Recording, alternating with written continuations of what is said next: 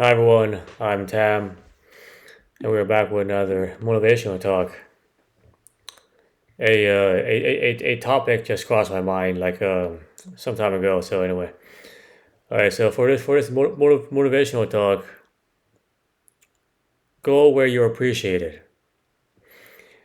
I'm assuming that you haven't done anything wrong on your end. Like you haven't like murdered anyone. You haven't killed anyone. You haven't like robbed a bank or anything. So hmm. So you're not like in the wrong, so to speak. Then you should go where you're appreciated. Like where people actually like value your skill and what you have to say and offer. Instead of like trying to fit into like a niche or trying to work your way into like a popularity position. Like try to like talk to Justin Bieber or whatever. Just go where you actually appreciate as a person. There's nothing worse than being around people who don't really care about you, as in even know you to begin with. Like, what does this guy actually like to do with his time? So on. So go where you're appreciated. I I I guess this is my advice could still kind of work if you're like a criminal. I mean, like I guess criminals still appreciate other criminals. Aspiring to like I guess aspiring to um the one guy who's like a very popular mafia person who got like busted for tax evasion. I don't remember his name on top of my head, but do you see what I'm saying? Like superheroes have their own kind of like following, so do supervillains, so I guess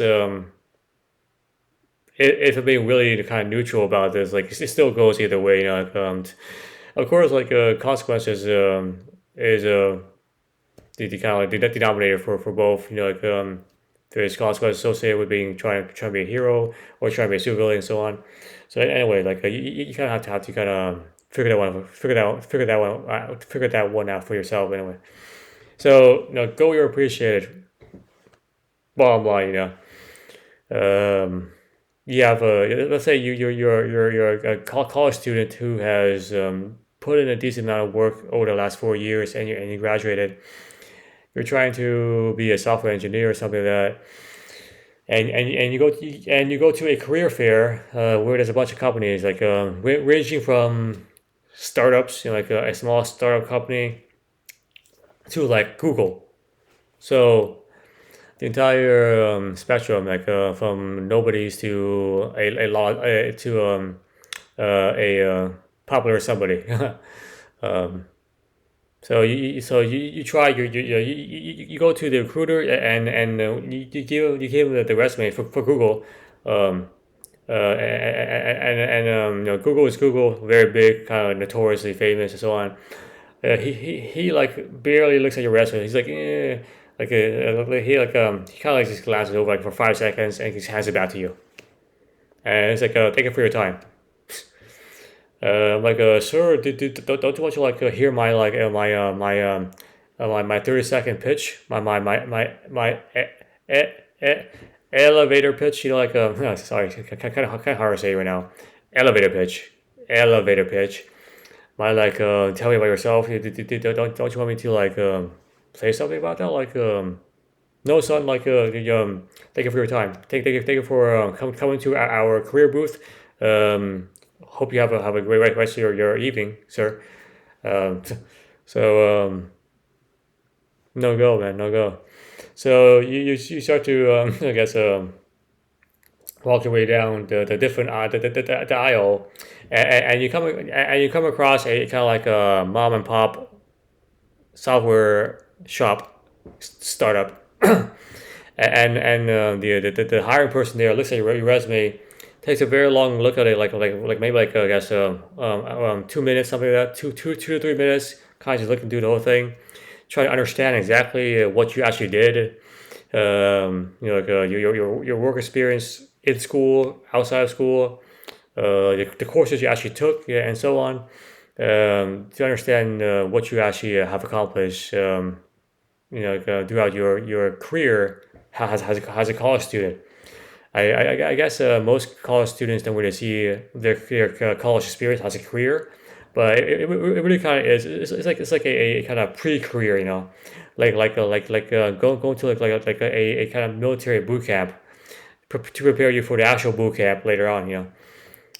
So, yeah, similar training thinking there.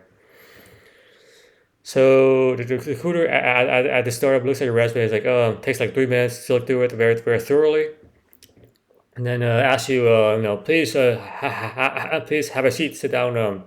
Let's talk a bit more. So tell me about yourself. So this person already like has given you more time and appreciation for what you've done so far, compared to the person at Google.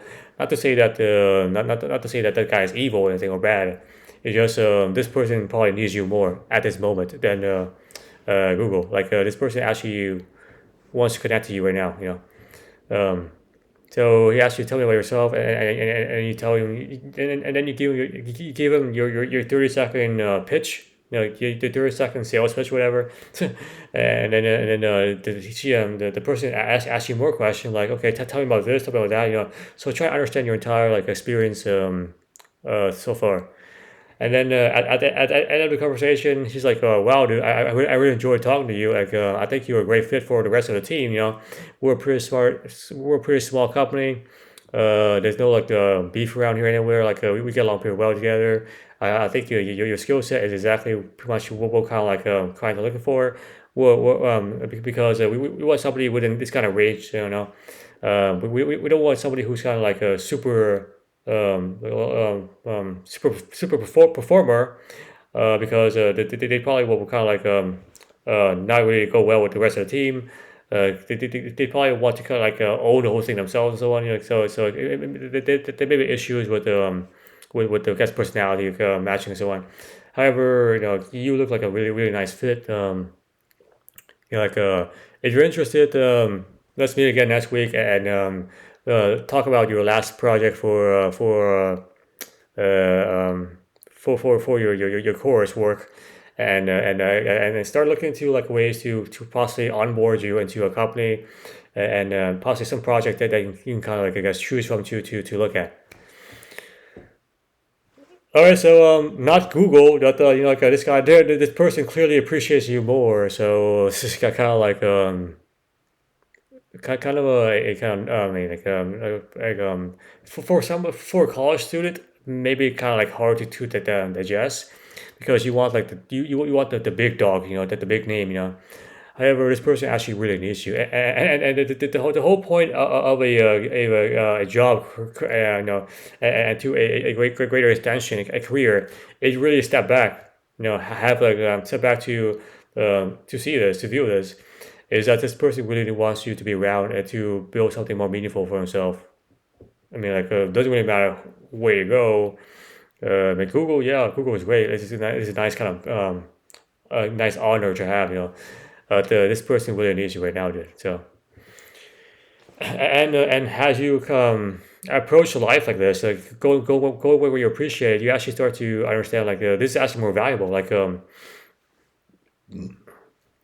possibly because of your upbringing, or I guess social conditioning, social engineering, led you to believe that status symbols like I guess working for Google, or I guess being rich, etc., famous and so on is the way to go, and it's really not.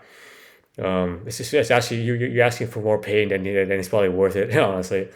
Um, so anyway, so you start to once you start to walk down this path with this kind of like a mindset that just go where I appreciate it, assuming you're pretty happy with yourself, like and so on, like you actually start to see like, oh, this is actually what kind of matters at the end of the day,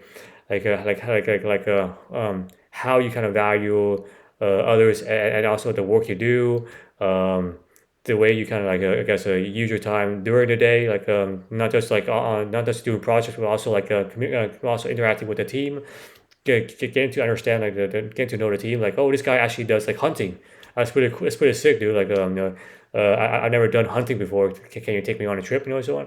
So it seems like you actually start to move towards a path of more value and fulfillment, because you're starting to understand that all the status symbol is kind of fluff, doesn't really surmise you the actual experience of being with somebody or something meaningful and valuable to you.